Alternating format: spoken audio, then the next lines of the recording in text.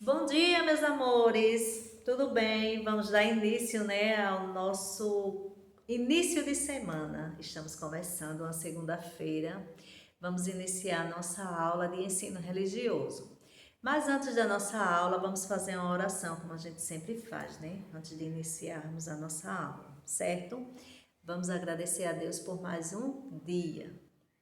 Senhor, nosso Deus e Pai, te agradecemos, ó Deus, por mais um dia, que o Senhor esteja conosco, ó Pai, que o Senhor esteja cuidando, que o Senhor esteja nos protegendo, que o Senhor cuide das nossas famílias e das famílias dos nossos alunos, Senhor.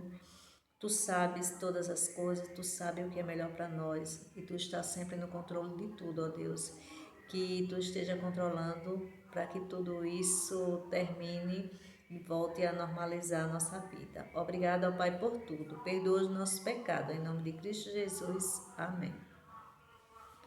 Então, gente, a nossa aula hoje nós vamos falar sobre o profeta Ezequiel.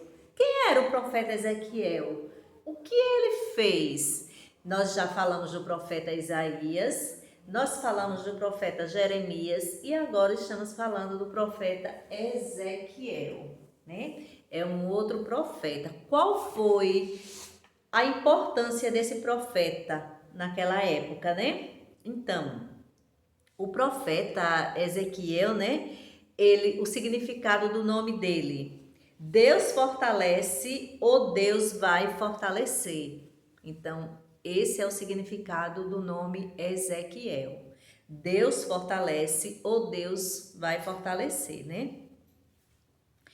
Ezequiel é um nome hebraico, né?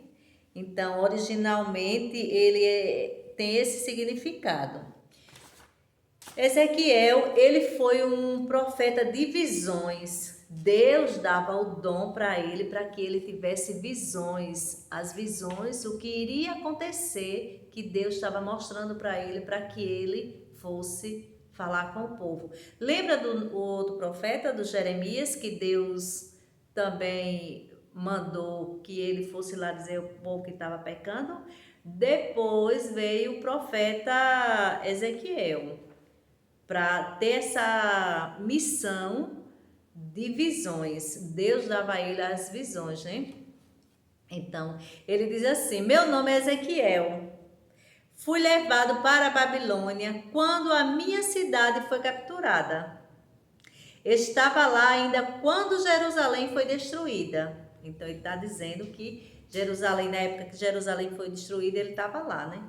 Deus me fez profeta, ele diz. Tive muitas visões de Deus. Visões são como sonhos. Em minhas visões, Deus me falava o que ele iria fazer.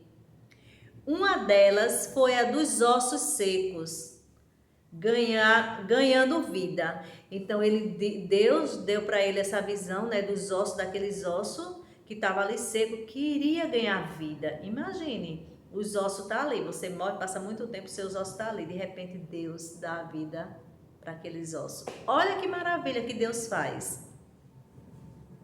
Eu contei a todos que Deus tinha me mostrado, mas muitas visões foram sobre a destruição de Jerusalém.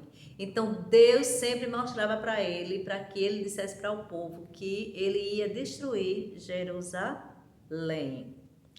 Mais tarde tive visões de como Deus iria juntar nossa nação novamente. Então Deus deu essa visão para ele, né? Como ele ia fazer para que a nação fosse igual novamente.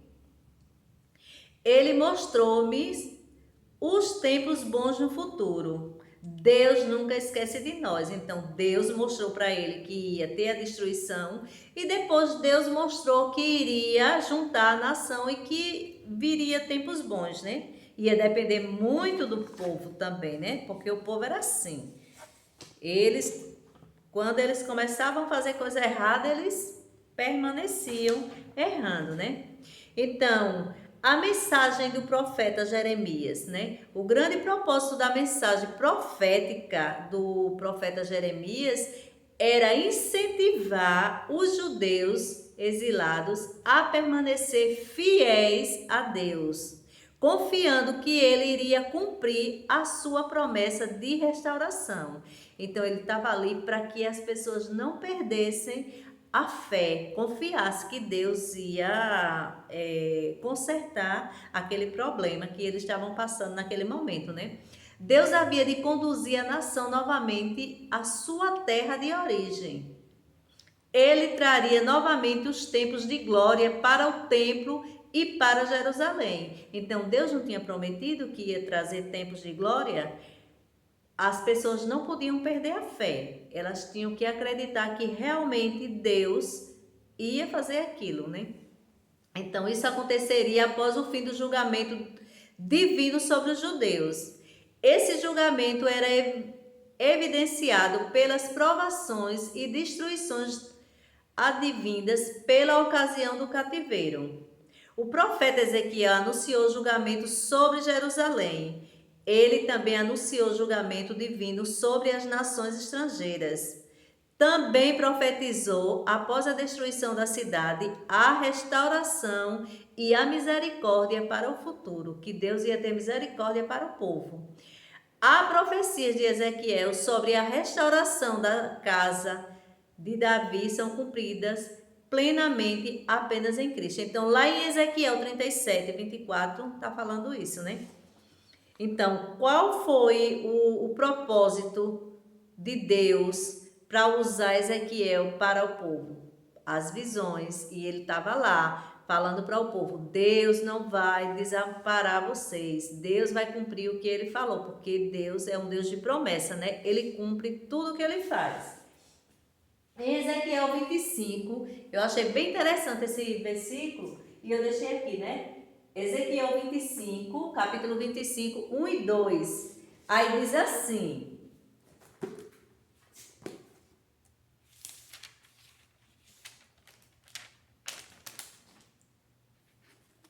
vou falar ele para vocês agora, certo? Veio a mim a palavra do Senhor dizendo: Filho do homem, volve o rosto contra os filhos de Amon e profetiza contra eles. Então, Deus já sabia que Ezequiel ia profetizar coisas que ele estava mostrando.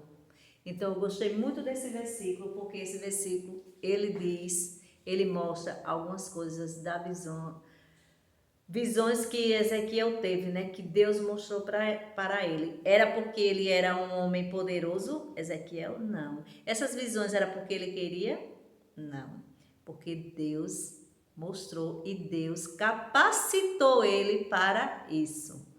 Não é porque ele queria, eu tenho visões. Porque Deus fez com que aquela visão que ele teve da destruição de Jerusalém fosse levada até o povo, certo? Eu vou passar uma atividadezinha sobre o profeta Ezequiel para vocês no caderno, viu? E essa é a nossa aula de ensino religioso. Espero que vocês tenham gostado e tenham todos um bom dia. Tchau, meus amores!